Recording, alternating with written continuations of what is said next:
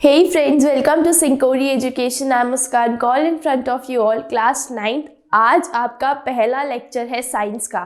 तो साइंस जो है टर्म 2 के लिए हम सबसे पहले अपना केमिस्ट्री पोर्शन स्टार्ट करने वाले हैं, जो आपका एटम्स एंड मॉलिक्यूल्स वाला चैप्टर है। जी हाँ, बिल्कुल जैसा आप यहाँ पीछे बोर्ड पे देख सकते हैं, हम एटम्स एंड मॉलिक्यूल्स से जो है अपना जो क्लास है उसको स्टार्ट करेंगे।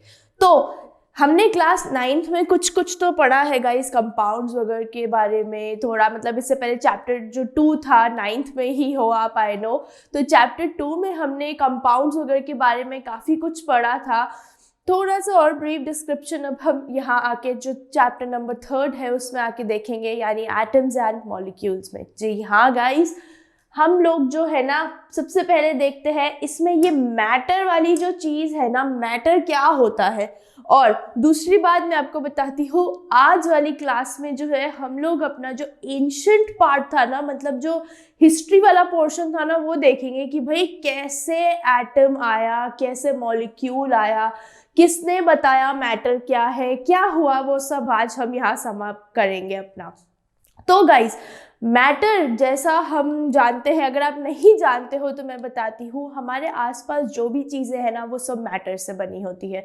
मैटर के 3 फॉर्म्स होते हैं, 3 स्टेट्स होती है, सॉलिड होती है, लिक्विड होती है और गैस होती है।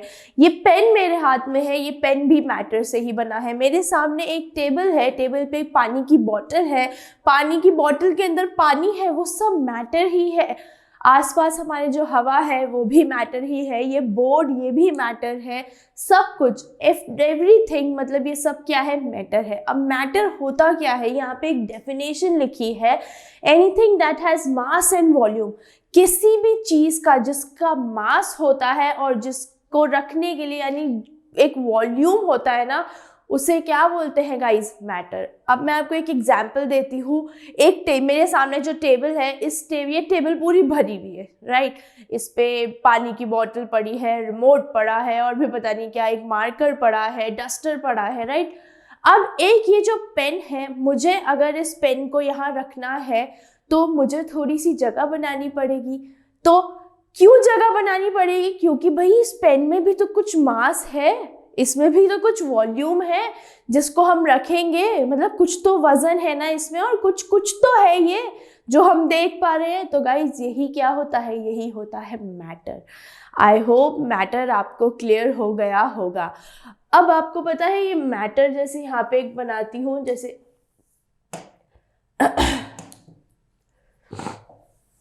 ये मैटर है, ठीक है। एटम क्या होता है गाइस? अब मैटर को जब हम तोड़ते जाते हैं फर्दर छोटे छोटे पार्ट में, तब जाके एक पार्ट ऐसा आता है जब हम इसको नहीं तोड़ सकते, उसे ही क्या बोलते हैं गाइस? उसे ही बोला जाता है एटम।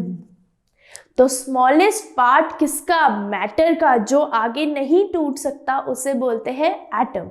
अब एटम ऐसा तो नहीं है कि खाली एक ही पर्टिकुलर कुछ पार्ट होगा, नहीं, एटम का भी एक ग्रुप होता है। क्या होता है गाइस? ग्रुप।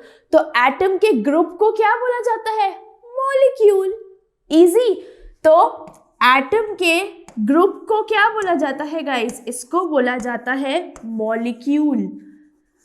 तो अब ये एटम और मॉलिक्यूल ये सब हम आगे फर्दर अभी और पढ़ेंगे। उससे पहले बस एक जर्नल इंट्रोडक्शन दिया है मैंने आपको कि एटम क्या होता है, मॉलिक्यूल क्या होता है, थोड़ा सा आप इसको याद रखना, ये हम आगे देखेंगे। चलिए अब फटाफट बिना टाइम वेस्ट करे ना हम नेक्स्ट उस पर बढ़ते हैं।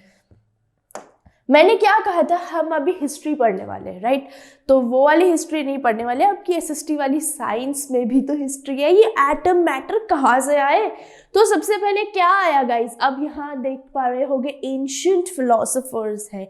तो यहाँ एंशिएंट फिलोसोफर्स में सबसे पहले जो हमारे इंडिया, हमारा भारत है ना, यहाँ से शुरू हुआ। 500 BC में क्या हुआ था यहाँ पे? Idea of divisibility of matter. Matter का जो आइडिया था ना वो आया 500 BC में आया। सबसे पहले किसने बताई ये चीज? महर्षि कणाद जी जो थे उन्होंने बताया। उन्होंने क्या कहा एक बार देख लेते हैं।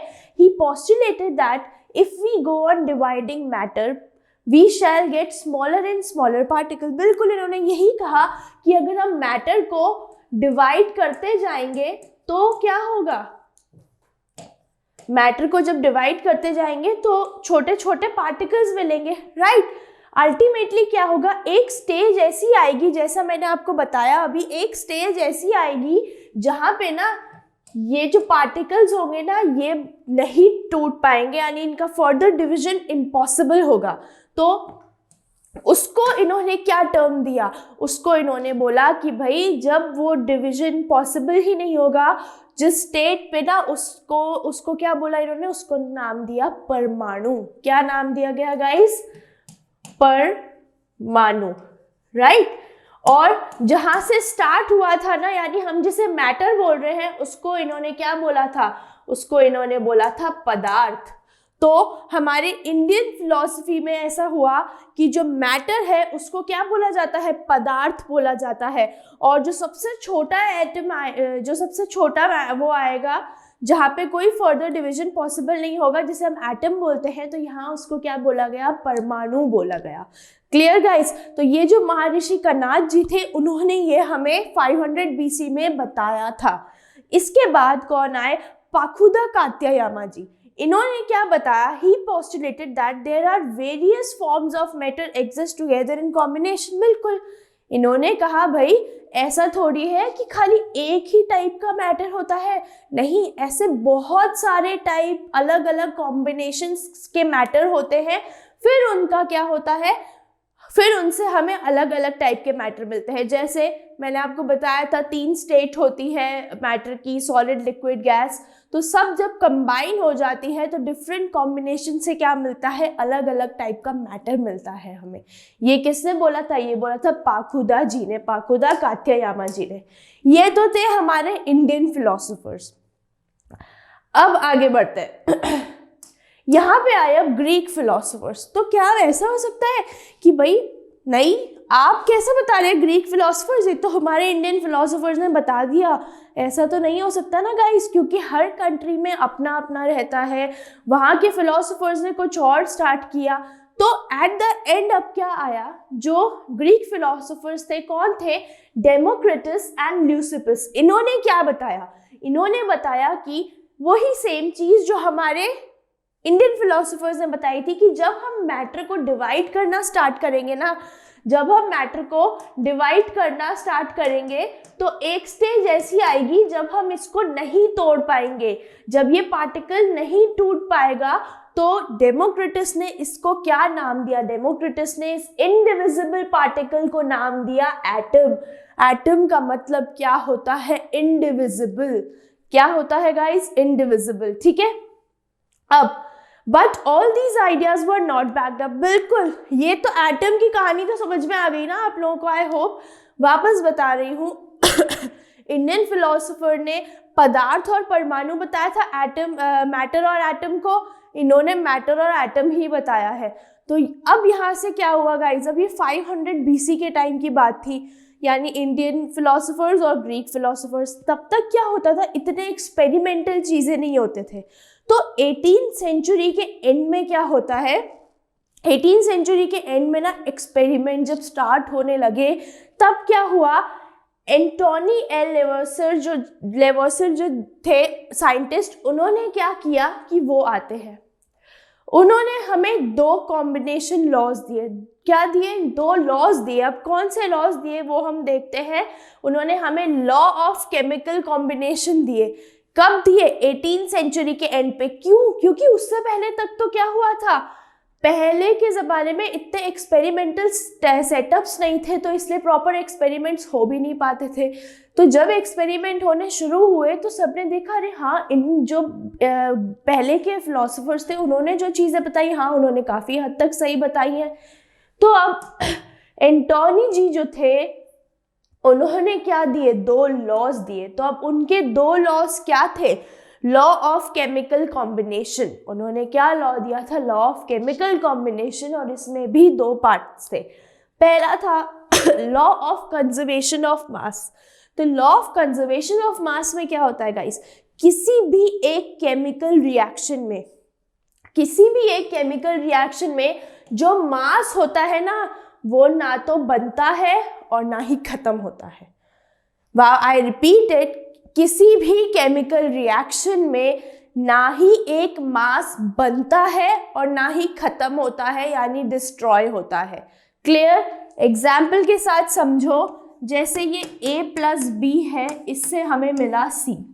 ठीक, A+B को क्या बोलते हैं गाइस? लेफ्ट हैंड साइड वालों को बोला जाता है रिएक्टेंट। लेफ्ट हैंड साइड जो होते हैं उन्हें बोला जाता है रिएक्टेंट, और राइट हैंड साइड जो होता है उसे बोला जाता है गाइस प्रोडक्ट। तो अब एग्जाम्पल सुनना अच्छे से। अगर यहाँ पे 100 ग्राम रिएक्टेंट है, फॉर एग्जाम्पल अगर यहाँ पे A+B क्या है? 100 ग्राम है, तो यहाँ पे C कितना आएगा? प्रोडक्ट भी गाइस C 100 ग्राम ही आएगा। यानी sum of the reactant is equal to the sum of the product. दोनों का सम क्या है? बराबर है। अगर रिएक्टेंट 100 ग्राम है तो प्रोडक्ट भी 100 ग्राम ही होगा। ये क्या है गाइस? ये है law of conservation of mass. Clear? आगे बढ़ते हैं। Law of constant proportion. अब ये क्या है? कांस्टेंट तो सबको पता है ना क्या होता है, आई होप ये मुझे बताना नहीं पड़ेगा। अब the elements are always present in definite proportions by mass in a chemical substance. बिल्कुल गाइस, क्या होता है, अगर मैं आपसे बात करूं किसी भी एक केमिकल, जैसे वाटर है, जैसे क्या है? वाटर है H2O, राइट? तो एक फिक्स्ड गाइस रेशियो होता है, एक डेफिनेट प्रोपोर्शन होता है कि जिसमें इसको प्रेजेंट होना पड़ेगा। यानी आप कोई भी रिएक्शन कर लो, जहां भी वाटर बनेगा ना, उसका रेशियो फिक्स होगा। यानी कैसे होगा बताती हूँ, टेंशन मत लो। हाइड्रोजन यहाँ कितने हैं? 2 हाइड्रोजन के एटम है और 1 ऑक्सीजन का एटम है। हाइड्रोजन का मास कितना होता है गाइस? 1 होता है, तो 2 एटम के साथ कितना होगा? 2U। ऑक्सीजन का कितना होता है? 16, और 1 एटम के साथ कितना होगा? 16U। तो अब क्या हो जाएगा? 2U upon 16U which is equal to 1/8। तो जब भी वाटर की बात होगी, कैसे भी किसी भी रिएक्शन में जब वाटर बनेगा ना, तो वाटर का रेशियो वहां क्या होगा? 1:8।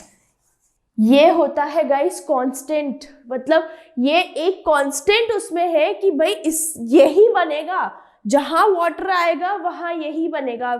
H+O2 के साथ कर लो, या फिर किसी भी रिएक्शन में से अगर H2O बाहर आता है, वाटर निकलता है, तो उसका रेशियो यही होगा।